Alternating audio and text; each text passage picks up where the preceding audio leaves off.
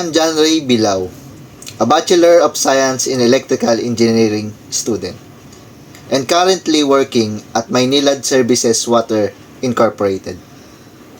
I have been part of the company since September 14, 2014, and I am presently assigned as a wastewater management foreman. Over the years, my work has allowed me to grow not only as an employee, but also as a team leader and a technical practitioner in the field of electromechanical operation. In my current role, I am assigned to wastewater reclamation facilities where I oversee daily operations involving equipment maintenance, system monitoring, and field supervision. With these works, plays an essential role in maintaining safe and sustainable water treatment processes, which directly contribute to environmental protection and public health. As a foreman, one of my main responsibilities leading a team of 3 technicians. I ensure that everyone understands their duties clearly, that the work activities are properly coordinated. For dispatching any task, I conduct toolbox meeting to discuss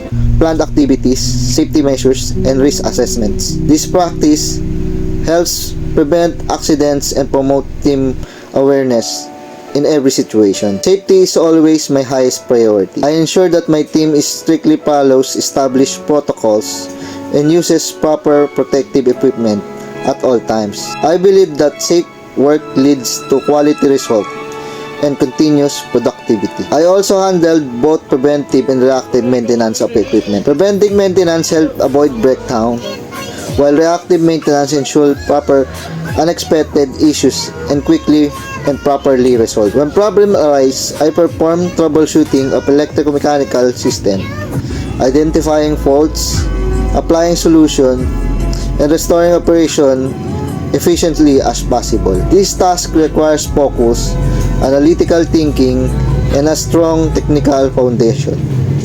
In addition, I prepared a daily digital report using systematic reporting system.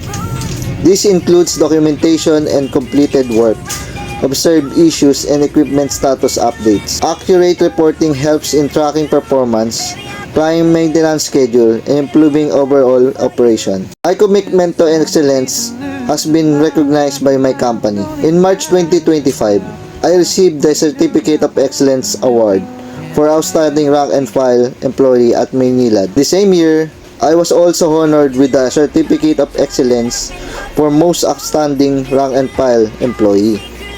These achievements represents my dedication to hard work, teamwork, and integrity in everything I do. They also inspire me to continue developing my skills and contributing positively to the organization. At the same time, I continue pursuing my degree in electrical engineering.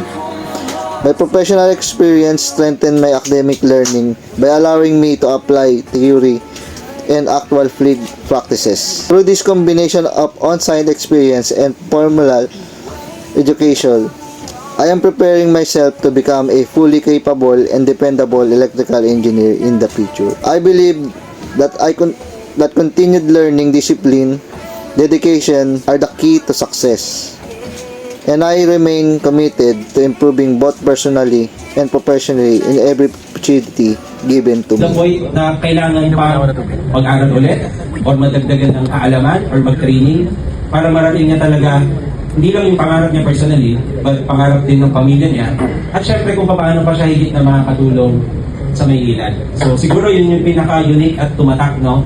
And tinignan din namin kung ano yung mga posibleng isuporta, itulong para marating niya yung sitwasyon kung saan niya gusto makarating. So, the winner for the 2025 Most Outstanding Rank and File Category A, walang iba, kundi si John Ray Bilao. Thank you very much for watching my video portfolio. If you wish to contact me, you can reach me in this number. Once again, thank you very much and have a great day. Bye-bye.